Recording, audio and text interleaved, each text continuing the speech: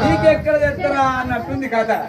అందుకే అడిగిన మెల్లమ్మ ఏమంటున్నది, తక్కువ గొల్లో నువ్వు ఎక్కువ వారి పిల్లలు నేను తీసుకురాను కాలేజ్ అలిగిందో చేతే జరిగిందో 4 రోగాలు కాదు నేను ఒక పురుగడు కాదు 7 బాగా నీళ్ళు తీసుకొచ్చి ఆ ఎద మీద పోసి వెళ్ళిపోతుందట. అన్నగాళ్ళ పట్టణం వెళ్ళిపోయి నా మీతో అడిగాడు అన్నగాళ్ళ 60 నిమిషం అమరు బాలని తొడ మీద కూర్చుండి అటువంటి ఒక దొప్పతోని ఆవిడేది కొట్టు తాగుతుందా అని మాటలు అంటుంది. ఓ రామ రామ అని మాటలు అంటుంది. మరి అటువంటి చెప్పరా అని చెప్తుంది. గొల్లోడ అన్న మాట దిగుతలేదు. అటువంటి నా యొక్క శక్తి లేని నా భక్తి లేని బామా నువ్వు ఏ రాజ్యం పోయి నీళ్ళు తీసుకొస్తావు బామా నా మీద బంటు పంజం కట్టి నువ్వు నీళ్ళ కంటే పోతానంటున్నావు కాబట్టి మరి అనరాని మాటలు అనుకుంటే బంగారు బాండ పట్టుకొని నీళ్ళకి వెళ్ళిపోతుందట. బాండవ కాదు 7 బాండ్లు నీళ్ళు తీసుకొచ్చి ఎద మీద నిలబడి నా యొక్క వడబండి నా మీద పోతుందట. 7 కోసలు వెళ్ళి నిలబడి నీళ్ళు పోతానంటు అనరాని మాటలు అంటుంది. నీళ్ళు దొరకకుండా నేను ఏ రాజ్యం మీద నీళ్ళు దొరకకుండా చేస్తానా అని బండారు దేవుడే వచ్చాను.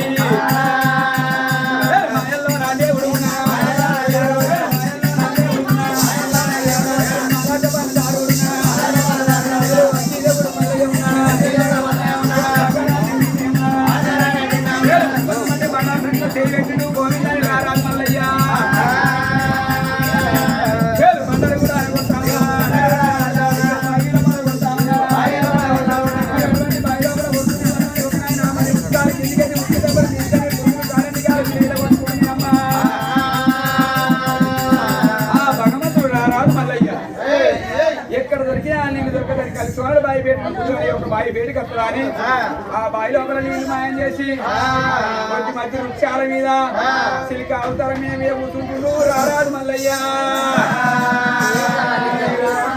సిలిక అవతారం మీద పర్వతాలు తిరిగింది బండారు బంగారు బాండ పట్టుకొని ఎంత బట్ట పెట్టుకొని 1000 ఒలక పోసింది ఆడవిల్ల మేడలమ్మ. మరి అటువంటి నీళ్ళ కన్నా పోతా నేను కాని కింద నేను ఓడిపోతున్నా అని బయలుదేరుతున్నది ఆడవిల్ల నేడు.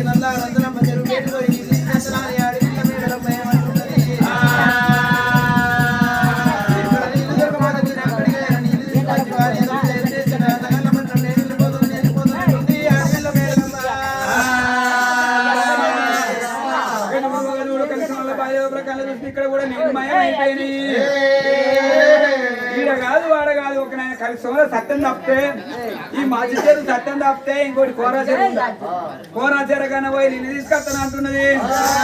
ఆడ సత్యం తప్పితే ఇంకా ముందరికి పోతే అక్కడ కూడా నీళ్ళు ఉన్నాయా? ఈ గొల్లోని కింద నేను ఓడిపోయి కోడికి ఇది ఒక్కటే ఎట్టుంటది అనుకుంటున్నది.